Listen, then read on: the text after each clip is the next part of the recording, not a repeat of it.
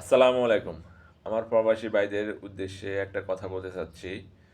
কয়েকদিন যাবৎ ইরান হামলা করতেছে সমস্ত আরব দেশগুলাতে।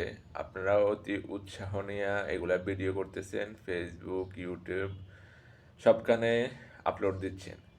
কিন্তু অতি উৎসাহ হয়ে যে ভিডিওগুলো আপলোড দিচ্ছেন, এগুলা যে আপনার জন্য পরবর্তীতে কাল হয়ে দাঁড়াবে আপনি নিজেও জানবেন না।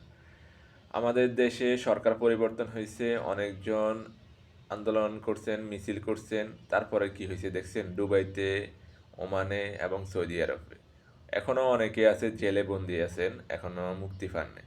তা আপনারা এখন অতি উৎসাহ নিয়ে ভিডিওগুলা করতেছেন এবং আপলোড দিচ্ছেন। একসময় এই ভিডিওগুলো আপনাদের জন্য কাল হবে। তাই বলতেছি সবাইকে, এখনই সাবধান হন। আপনারা ভিডিওগুলা করবেন না, আপলোড দেবেন না। আপনারা নিজেদের বিপদ ডেকে আনবেন না। আপনি ওই দেশে আছেন, আপনার পরিবার আপনার জন্য তাকাই আছে যে আপনার কি হচ্ছে বা কি সমস্যা হচ্ছে। আপনারা যোগাযোগ করেন, সমস্যা নেই ফ্যামিলির সাথে, পরিবারের সাথে। কিন্তু ওই দেশগুলা একনায়কতান্ত্রিক দেশ। এটা আমাদের বাংলাদেশের মতো গণতান্ত্রিক দেশ না যে আপনি যেটা করবেন মন চাইছে ওইটা করে ফেলছেন, কোনো কফিয়ত দিতে হবে না। কিন্তু এই দেশগুলোর জন্য আপনি ওইটা কফিয়ত দিতে হবে।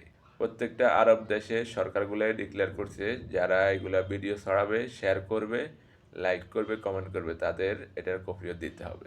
তাই সবাই এগুলার থেকে সাবধানে থাকুন, নিজেকে সেভ রাখুন।